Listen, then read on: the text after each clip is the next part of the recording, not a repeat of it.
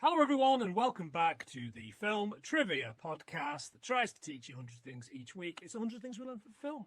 I'm one of your hosts. My name's Planty and I'm getting my stones out. Oh, and I'm John. All I could think of it is bloody Mick Jagger there. And I'm John, I'm the other guy, and I'm just here to look at Planty. That's all I do. Where's the stone type set? Good one. Yeah. John, how are you? I'm alright, buddy. How are you? How's life in general? Busy. Listeners, I think I mentioned last week, I was feeling a little bit under the weather. I'm not feeling much better, if I'm entirely honest. So we're going to have a couple of weeks off just to see if I can fucking rest and recover. Yeah, definitely, mate. Being finished, I think. It's getting to the end. 28. Yeah. This is the end. My brain. Yeah. John, it's the end of a really busy month for us, isn't it? Yeah, we've been constant, so we've been putting out loads of shorts, and we've been keeping up with the shows just to put our stamp on the interweb. The interweb loves us, and didn't love us, and then loves us again, and then didn't love us. So very much so. Yeah. So look. If you like what we do, you can give us £1 a month and we will shout you out and we will put you on the spinny wheel of names. And we will also, we're doing something a little bit special this month where we are doing a little 60-second, as many facts as we can in a minute video for every single one of our patrons. It's going on to patreon.com/100things film. We've so far done Oodles. Boy, have we done him. Gamson. What a sea one. Yeah, we've got a few more coming, some very interesting ones. There'll be a couple out by the time this goes live. Yeah, and we'll put them out on socials as well at some point. But yeah, get yourself involved at that, or just follow us on our socials at 100thingswelongfilm.co.uk. John, 1 minute facts. 1 minute back. Week. Yeah, and you're going to do some too, which could be hilarious. Yeah. This week is a patron's choice, John. We've done two patron's choice this month because we're trying to whittle down the wheel. And it is the lovely previous guest of the episode on Jurassic Park. Back in the day, big man. Man, that feels like a lifetime ago, doesn't it? Let's see Jurassic again. What? Wow. We were but young chidlers. Yeah. Jesus. Man. Parks of SP Film viewers who came on with his wonderful wife, Sophie.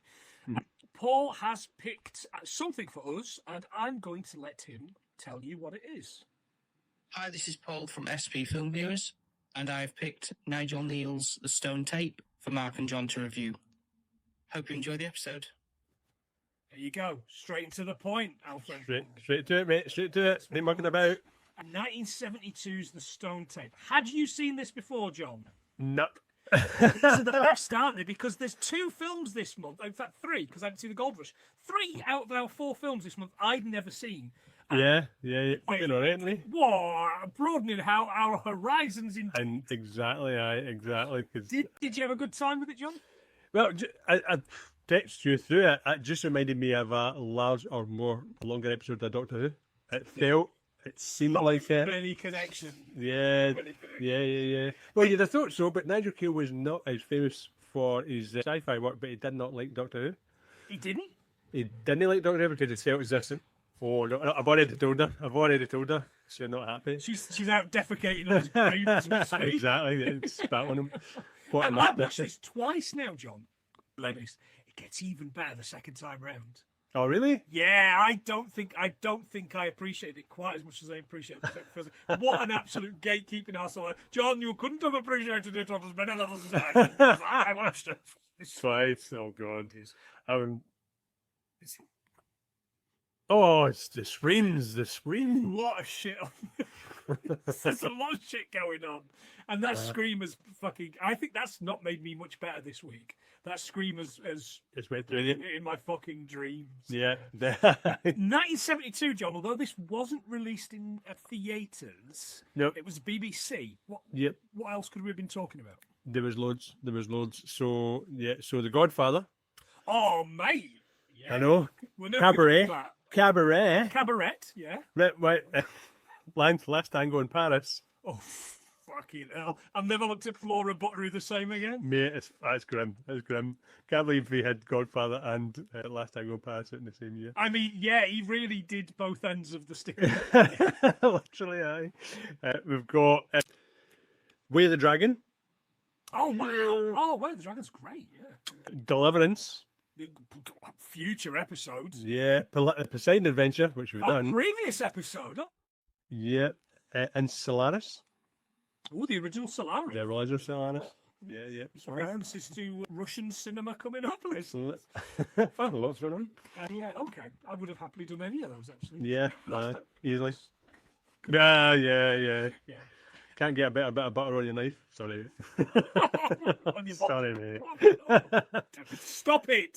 Stop it. it. I'm plan A. Stop it. Right, okay, let's get started. So we're going to go through, we're going to try and find 100 things from this TV film and go from there. Okay. Cool.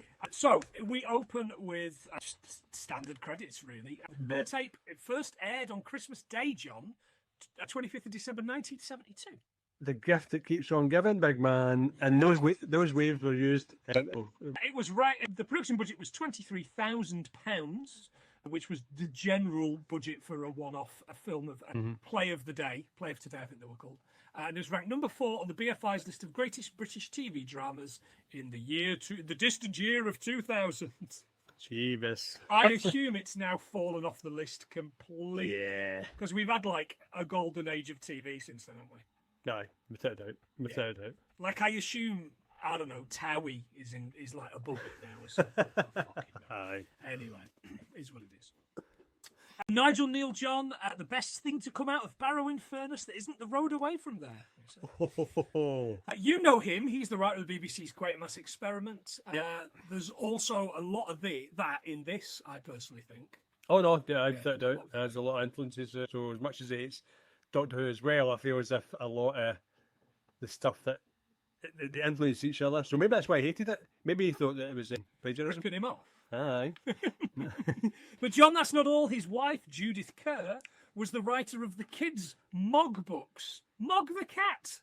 I don't care. Oh, Mog the cat, remember that? Moggy. And The Tiger Who Came to Tea. Oh. Which is one of my niece's favourite books. Nieces or Misses? Nieces and Nieces. And nice one. Yeah. Right, so Jane Asher turns up, Jill, and she's arriving in her car at this building. Yep. This old house. Loads of boxes are being unloaded from vans. She pulls up in possibly the worst place you could park. In the middle of two vans. And that's Vans? and an Austin Maxi.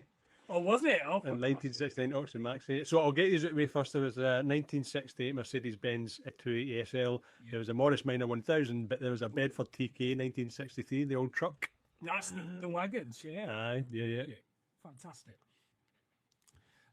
These two trucks reversing almost smush her until she remembers, hang on a second, I can drive a car. Aye. It literally was that moment where it's like, oh, hang on, go on. But she proceeds to drive it into a sandbank. Yeah, yes. And make such a dramatic thing about it. Terribly upset. Collie, the site manager, and Peter, the gaffer, are talking about the building. And the company owner, the Ryan from the side of the buildings. Ryan. Yeah. Ryan. Oh, it's Ryan. It's just Ryan. And the futuristic It's one. Ryan. Yeah, it's this one. So it was filmed at, is it Horsley Towers in Surrey? Man, that looked the Doctor Who-esque as well. Oh, yeah, they guarantee at least one episode. At least 20 episodes of Doctor Who would be filmed. Yeah. Pretty much. Ryan, as he's doing up this building, and Collie's saying, look, they've replaced floors, walls, the whole shebang. We could have bought a new building, like, for a fraction of the cost. Yeah. Yeah, see what happens when you don't buy a new build, John. You try to say. By the way, John, Collie, Scottish actor Ian Cuthbertson, to you and me, Supergrand's nemesis, Scunner Campbell. Oh, so it was, aye. The old Scunner Campbell. Jesus. Stand back, Superman. Another few cars arrive with more staff, and in the boot of one, it's, I don't know, is it? What is it? Yeah, it's Get them all and sell her. it seems to be the Commonwealth mascot, doesn't it? Just whipped at the back of a car. It's meant to be a Martian, and I don't understand why. I know. And the bloke in it, Stuart, who's one of the best and worst characters at the same time, is in it. They create a scrum on him, and Jill arrives absolutely horrified. Raging. What are you doing to that man in that suit? This horseplay. What's going on? This film, right, shouldn't be called The Stone Tape. It should be coming Women Are Hysterical, the movie. and men are horrible to hysterical women. Yeah. Hey. Scream if you want to stop. Peter apologises for not driving her. Peter's the gaffer, of course. He's quite mean to her. I should have been there last night, and now you're accident prone. No. Someone, Bad ball. they have a thing. It's not very clear Yeah. until it kind of is. Peter introduces the team to Collie, who's there to help them get settled and with any issues them and their partners may have. Yep. He explains the place is called Taskerlands. It was built in 1880 by the Tasker family, Yeah. and it was requisitioned by the Yanks in World War II and was derelict since. Taskmaster. A tour of the building ensues. Lab 1 is just the start. He plans on 2 more labs to get even bigger. This is the big one, he explains. They talk about the Japanese. Oh, scared. It was What?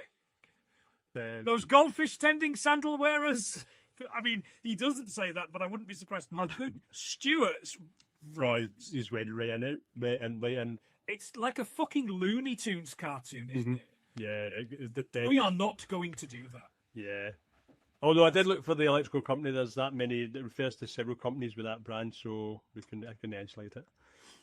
Apparently, magnetic tape is finished as a medium, John. It's done.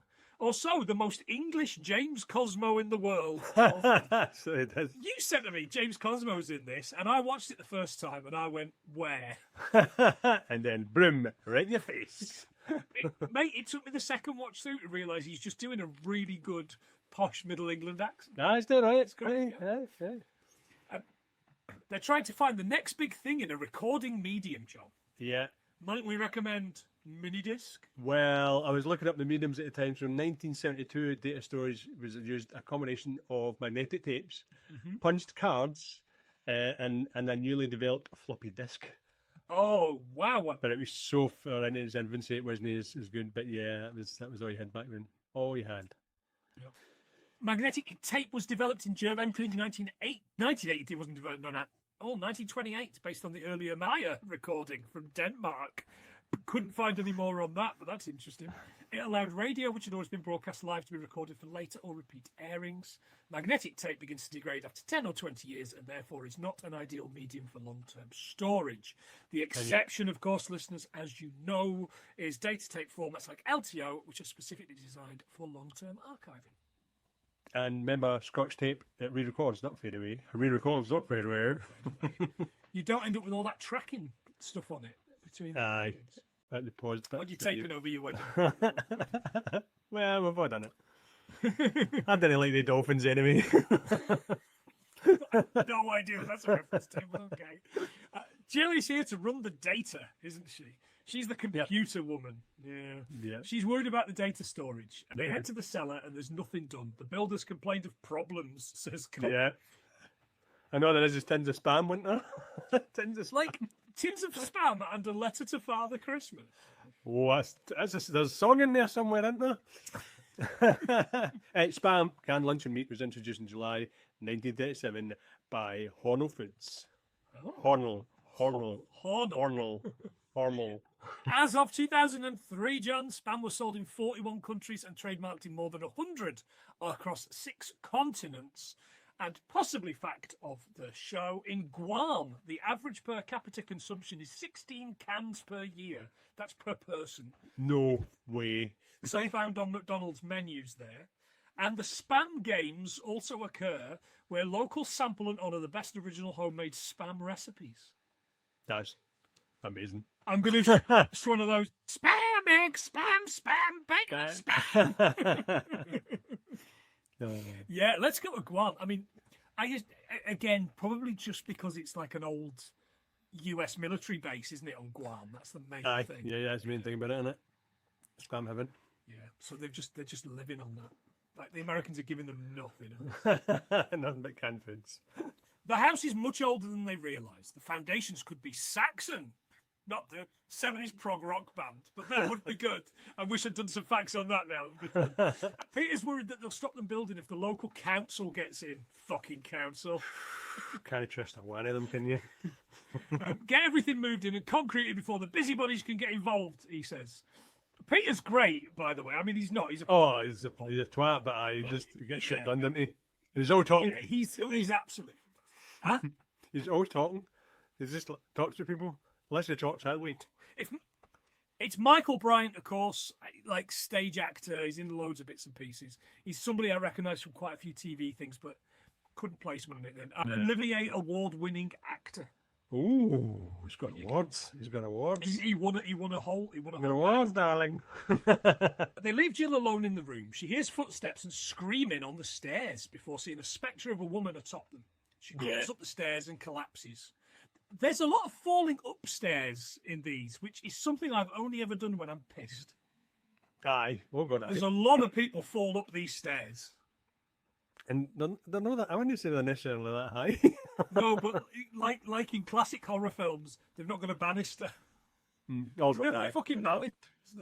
Aye. As she tells Peter she can't stay here, she's sobbing and clutching the Father Christmas letter. What I want for Christmas is please go away. I'm pretty sure that's what Rachel asked for Christmas. And every year Santa says, no, he's on the good list. Yeah. It's not to Santa, though. Jill says it's to the ghost. Ooh, Satan. Hail Santa. Peter changes the subject and tells her she's important to the project. She can commute home to Mummy, but he wants her to stay more often than not. Wink. And they head for a pub lunch. Yep. Right, this pub lunch. The woman behind the bar serves them, and she gets one for herself as well. They're served sandwiches and pints, and it costs £1.80. Oh, don't. 3 drinks and 2 meals, mate. Jesus, don't. Oh, takes me back. Brilliant, isn't it? The barmaid's drinking behind the bar as well, by the way. Aye, that was the thing. Was that? Aye, because it used to be, I don't know if you remember, maybe you were a bit too young, but see when you says get yourself one, they would actually pour it and put it behind the bar and drink it as they were working. Yeah. No, they don't. No, you have to do it afterwards. Nah. Or just goes in a pot. Yeah. In the UK, there is no law preventing bar staff from drinking behind the bar whilst working, but it's often discouraged and can be a breach of company policy or licensing regulations. What? Absolutely. I'm not losing my license for you pricks.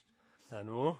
She tells them that she went into the old house during the war. I was a good time girl. I know. That's so weird. Like, what the fuck? You were a... Really? One of the boys told her that one of the things there was guppies in the store where he worked. There's reference. He talks a little bit funny because he's black. Messy. Alan behind the bar, who talks a little bit funny because I think his parents are probably cousins. This guy, fantastic cross-eyed acting from this gentleman. He said, oh, they must have meant rats. The place was full of rats when we went there as kids. Jill asks who else would know about the house. They head to see the vicar, and he's got some records about the family and of the house. Aye.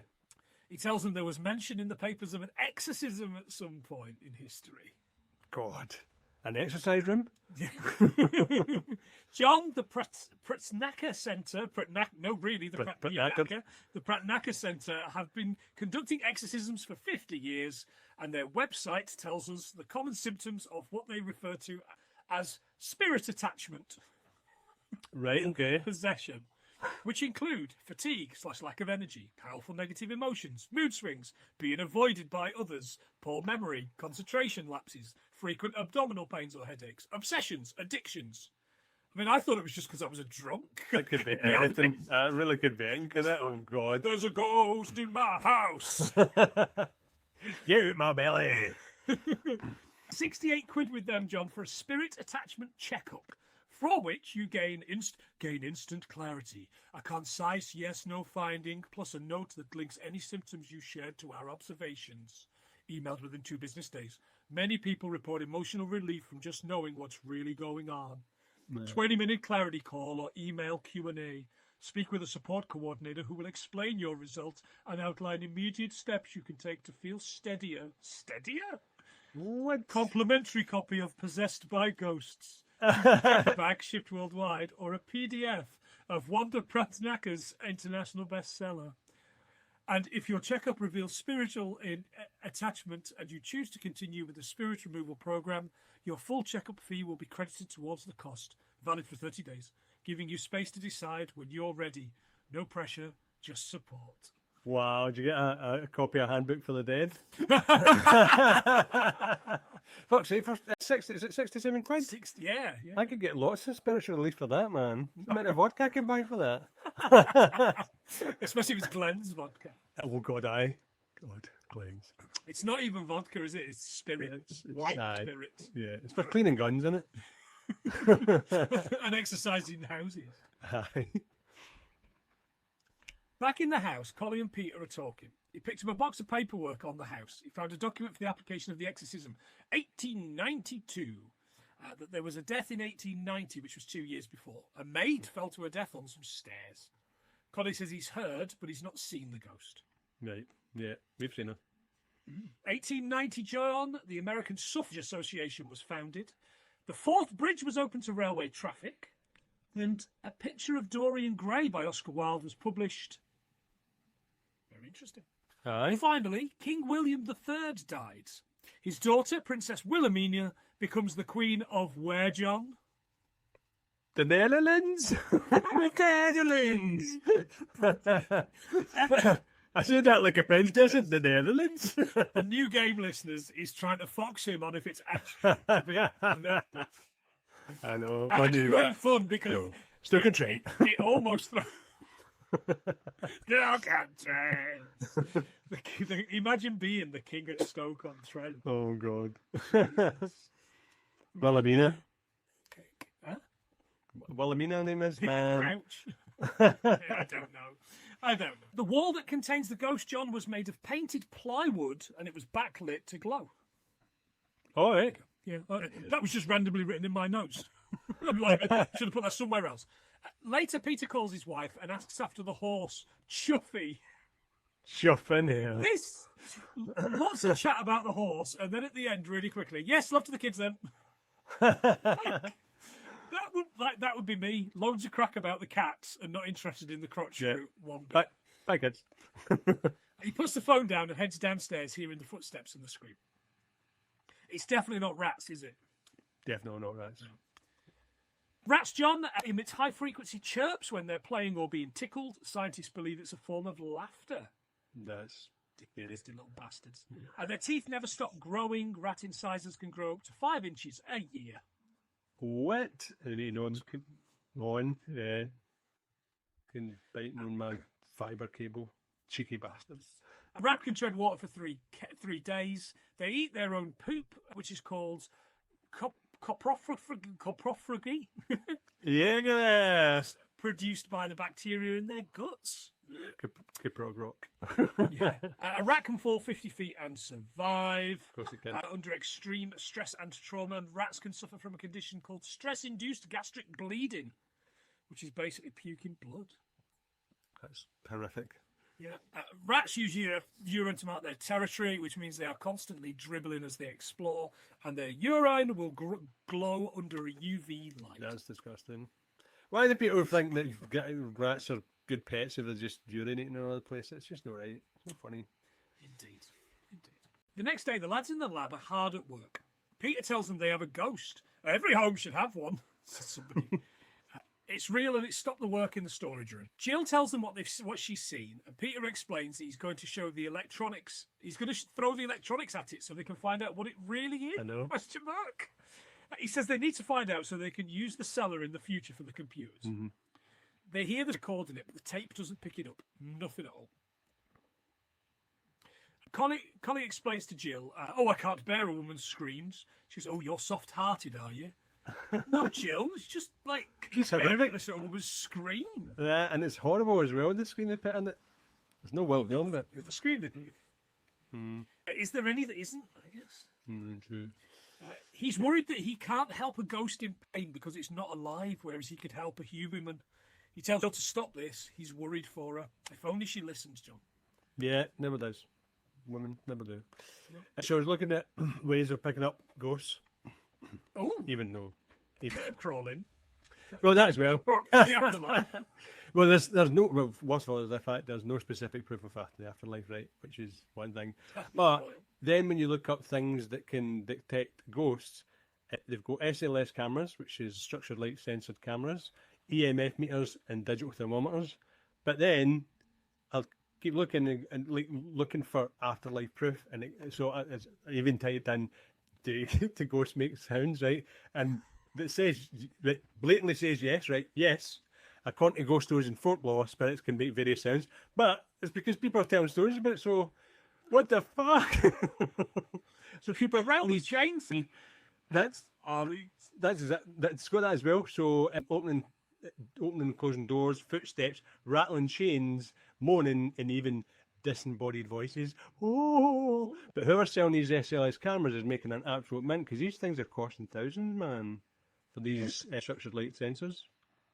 Are those the ones that they have on like Most Haunted? No. With the wee dots, and they can sort of pick up. Yeah.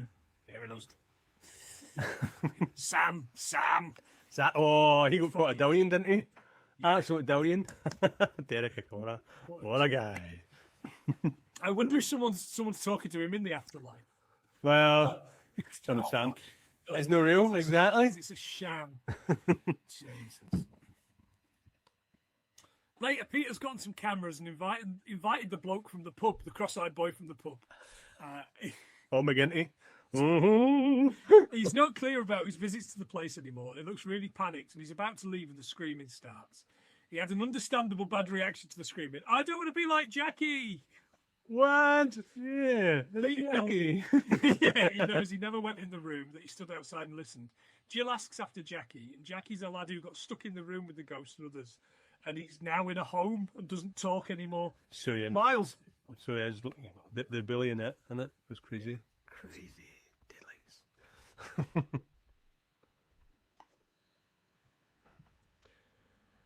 The data suggests that she's made 8,000 appearances across the years. How, I don't know. I'm letter from Cornville shit. Cornville. Tasker. He died a recluse, possibly haunted to death? Question mark. No. Spirited away. In 1905, John James Stanford, the co-founder of Stanford University, is fatally poisoned whilst visiting the Moana Hotel in Hawaii. Oh man! I know, yeah. It was probably done by The Rock, wasn't it? And as she breathed her last breaths, you're welcome. The mutiny on the Russian battleship Potemkin happened, John. Better film? Question mark. I do love Battleship Potemkin. Do you? And Ernest Henry Starling introduces the word hormone into the English language, and nothing bad ever happened around that word Exactly. again. Starling. Fucking. Hormone. Jill says that the temperature drop suggests that there's a heat dragged out of the room. Hot spots, but the other way around. Woo, woo, woo. What is a hot spot not? Good spot. James Cosmo, my mate James Cosmo, by the way, met James Cosmo. I'll put a photo on socials, listeners, of me meeting James Cosmo.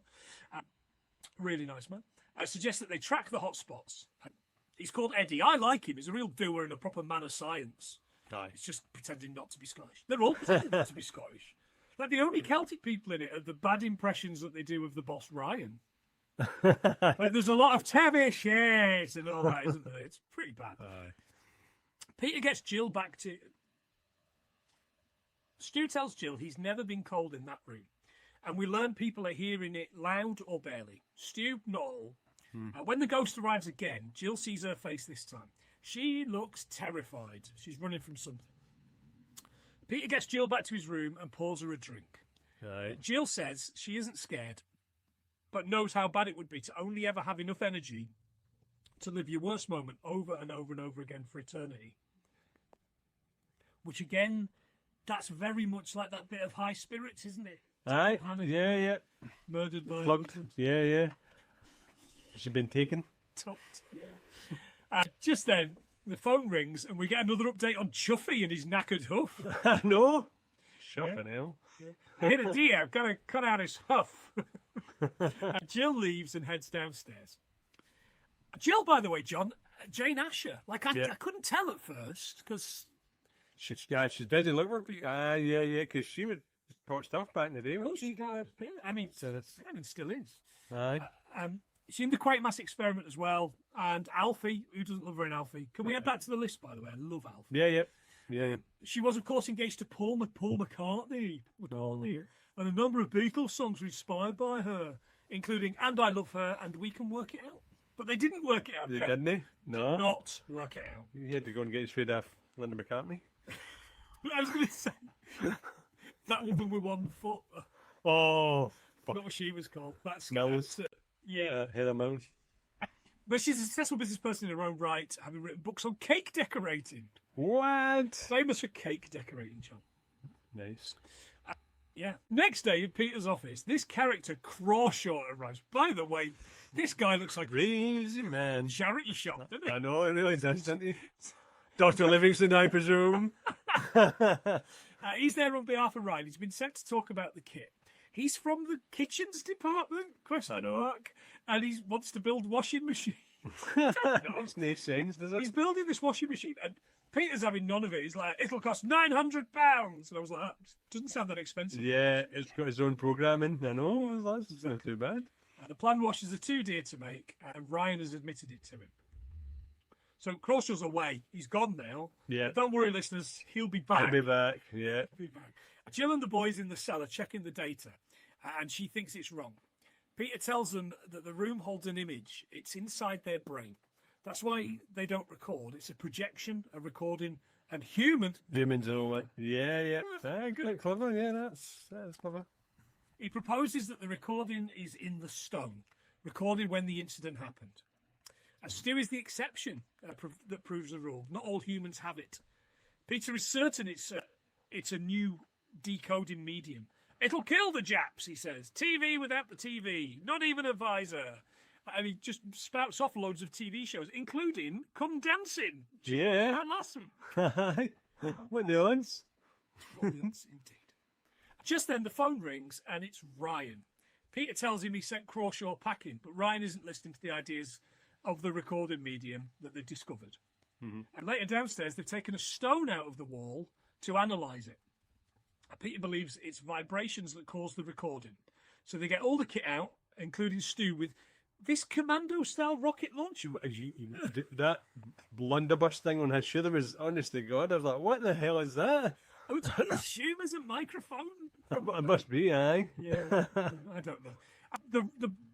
The stone itself, John, was made of fiberglass and painted polystyrene. The computer pulls up a screen of the room in this brilliant ZX Spectrum style. It looked good.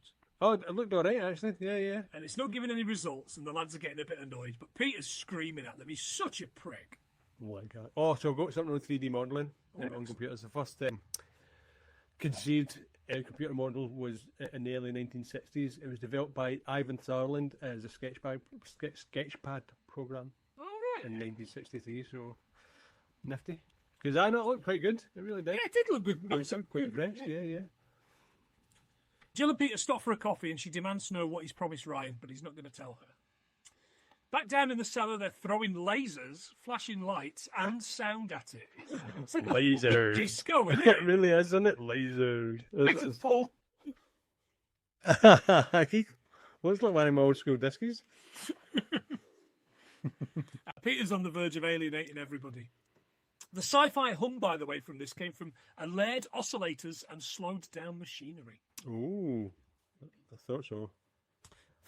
It's been a bit hanging on it. At the printer, it's throwing out words that Jill didn't put in. It's in the computer, screams non-union Top of the Pops host Mike Smith. I don't know who this bloke was, but he's got like 2 lines. And there's a bit later on where he cries. Jill explains that she can tell that the ghost has gone. She can't feel her anymore. Connie yells that they've wiped the tape. Oh, he's wiped it. He's wiped it. And the next morning, Peter is on the phone to Ryan, telling him that he's still working on the tape. On the tape. But he doesn't need to visit. He isn't telling him exactly the work they're doing, though. Outside, a Ryan Electric's product van arrives. They bring in this machine under a black tarp, and when Peter wipes the tarp off, it's Crawshaw's mental washing machine, I know. That would. It looks like something out of Silent Running, doesn't it? Aye. Like Huey, Dewey, and or Louie. What's going on here? He's furious. It looks like Crawshaw's coming into the building to do his work. But there's loads of room in the building. There's loads. It's massive. It's a fucking castle. Jill looks at the words on the paper. It says pray and save. She heads to see Peter about it. Those aren't words that they've put in. But he's not interested. Just then, she starts to shake and quake as she hears a groaning noise. She falls to the ground and is eventually spotted by Peter, who absolutely didn't hear this noise, by the way. Yeah, definitely. He refuses to listen to her and tells her to go home and get some rest. Outside, Crawshaw's back, but so's the vicar from earlier on. Yeah, so yes. It's fucking rid of him. But much earlier than they realised, from 1760. Ooh. The house wasn't built then, but there was a ruin before. The service was performed, but it was didn't do anything. Jill's back on the data. She loves her data, doesn't she, old Jill? She really does. Right. She's trying to go back as far as possible. Meanwhile, Collie's washing baskets full of bright-coloured washing are being unloaded. There's a line where someone goes, "You can't wash bright colours like that in a machine."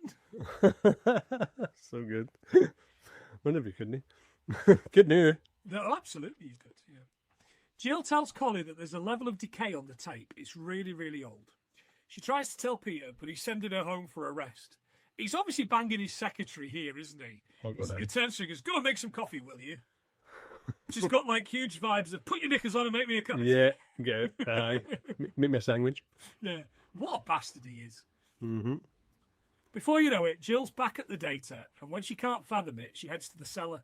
This time she's chased by red lights and the northern lights, possibly. Yeah, it was quite weird. I was expecting something to appear with the red lights, but it was just literally red lights. Aurora Borealis, at this time of day, in this part of Surrey, located entirely in the cellar of a stately home. Yes? May I see it? It chases her up the stairs and she plummets. Now, Peter and Collie are running around the building looking for Jill. They find her corpse in the cellar. So my assumption is that she fell off the stairs, right? Yep. But sometime later, we're in the office and we learn that Jill's death was accidental, that she died of shock. No mention of a fall. No, not a thing. Not a sausage. Again, So women be hysterical, gentlemen. It was 1972, eh? Jesus. Peter threw her right under the bus for this. In the lab, he's ordered for Jill's data to all be shredded. yeah. Collie's furious and punches him in the throat. So he does, aye. Oh, Cracking, aye. Oh, well, that'll teach him. Yeah. Maybe this is the genesis of Scunner. Maybe that's what it is. Aye, that's Yeah, it. he became a bad guy. Aye. Apparently, the conservation people have been in the cellar and have asked the security bloke if Peter knew about the room. Well, did they ask anything else? No, just did you know about the room? Bob, Bob, Bob.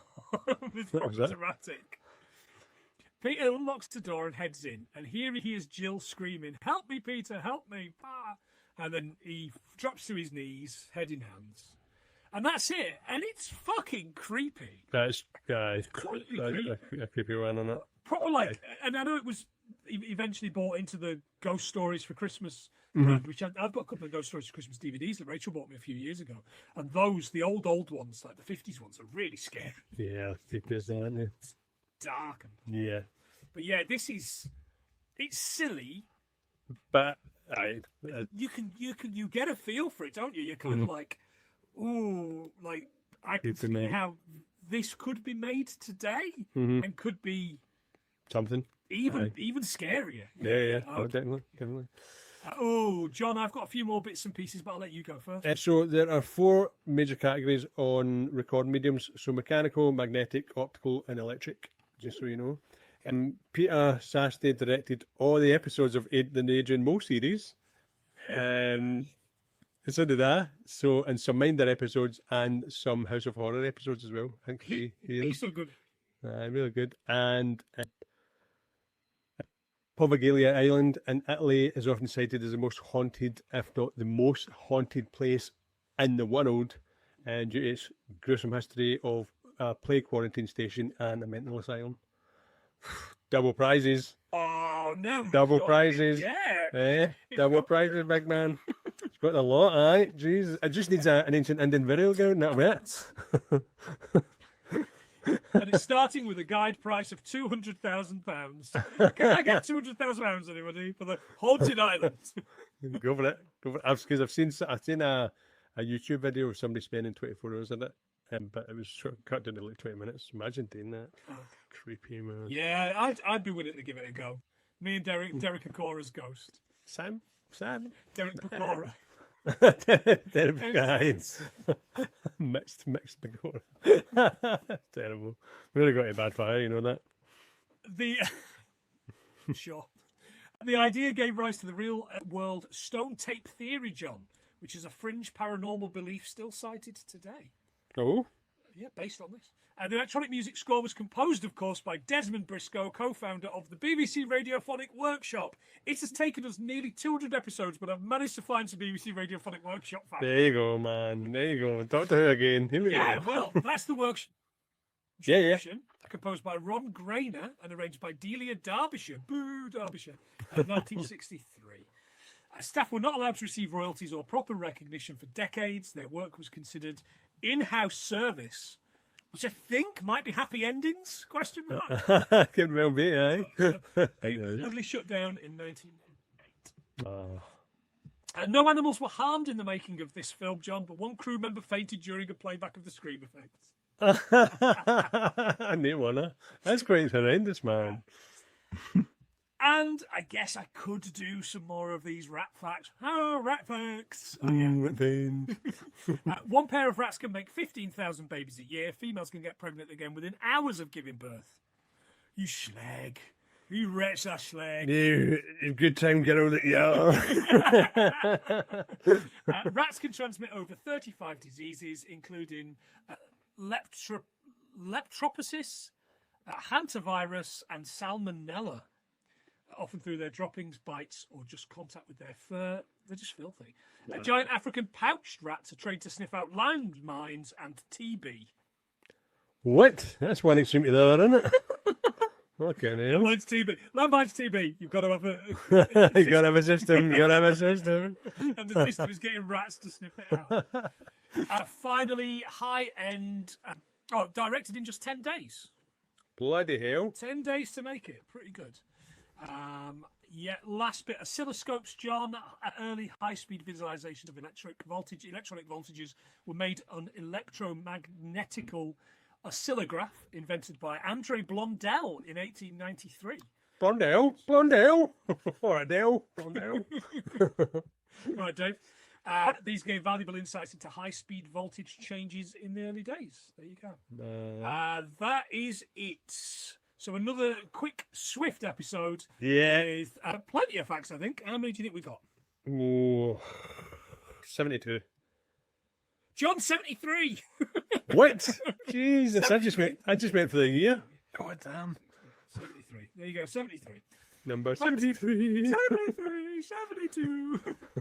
Brilliant. Yeah, so if you like what we do, you can also get spun on the wheel. John, you don't know this, but I spun the wheel just before you came onto the call. Did you know? And it landed on a bloke who's been pissing and moaning about not having his name spun for ages. Oodles. Oh. Yeah. I was going to say Footland. The one thing I will say about Oodles is he's got pretty good taste in film. So I know he'll bring something decent. He'll know muckers over, will he? Ah, he will. He will. He won't. He will.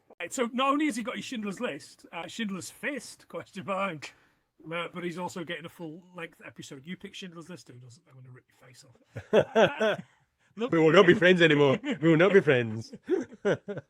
Yeah. So if you want to get on that, go to patreon.com/100thingsfilm or 100thingswelearnfromfilm.co.uk. Support us any way you can. If it's sharing our things, whatever it might be, we really, really do. We need that. We need people to get in front of us. Yeah, need uptake. Need the uptake. And have a bit of a, have a bit of a, just enjoy what we do. I know if you're listening to this and you've got this far, you must enjoy what we do. You fucking. So I'm going to give those people a shout out. We have got Dean, who's an episode out at the moment that's just come out involving blood sport. What? The jokes off that seconds? The Best of the Best or Bloodsport, one of the two. It might be The Best of the Best, just terrible, terrible film. We've got Kurt at the Never Watchers. We have got Gadgets. We have got James and Joe from Hallmark of Greatness. We've got Lee Davies. We've got Candy. We've got the aforementioned Orders. Kieran Corrigan. Lovely Rob Jones. Lovely Rob Jones, you're back on the wheel. Jen Stewart and Ian Stewart. Megan Dale and Ali, who are just gearing up for MegaCon in Carlisle. Get involved in that, even though we can't be there this year. I'm just knackered. I just can't live show this year. Maria... Paul Parks, of course. I hope you enjoyed the episode, Paul. Hope you learned something. Yeah. Ian McComish, Nigel Davies at the Wonder Emporium. Do find him on eBay at the Wonder Emporium. Dan and Gavin Belson for the Be Here with Belson podcast. Aaron Huggett from Z1 podcast. Biggie and Stig from Modern Escapism. I am really enjoying, guys, your current season of The Dragon's Dream of Scorched Sheep. The accents are... So get on that if you like D&D. Mono and Kira.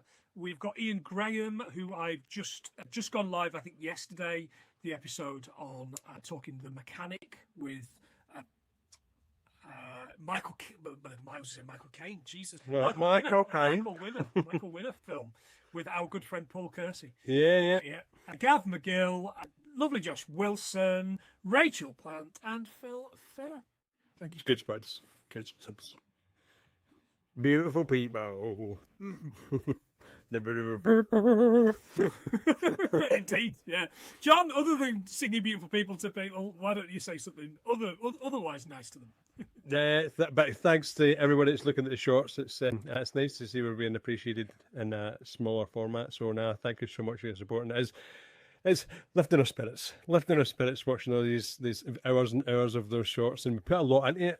We do have quite a lot, so I'm so glad you appreciate it. So if you like short form as well as the long form stuff, go on our YouTube. Yeah, give us a like and subscribe, smash that subscribe button and all that shit. I can't say that. It just makes me feel a little bit sick. Click it. Just click it. Just click it. Just give us your wee click. Give us your wee click. Anyway, yeah, that's it. We're going away for a couple of weeks. We're going to have a bit of a rest, and we're going to have a bit of a podcast meetup, aren't we, John? Yeah, very big. Yeah. That'll be good. That'll be nice, and we'll meet some of our dear friends and patrons as well. Yeah, but for now, I've been Platinum, he's been John. We appreciate you sticking with us through a couple of weeks off, because I am fucking finished. I can't do any more. But that has been 73 things we learned from the Stone Tape. By the way, John, this is being recorded on a Stone Tape. Yeah, why it's memory. Yeah, nothing to do with the fact I cannot edit for fuck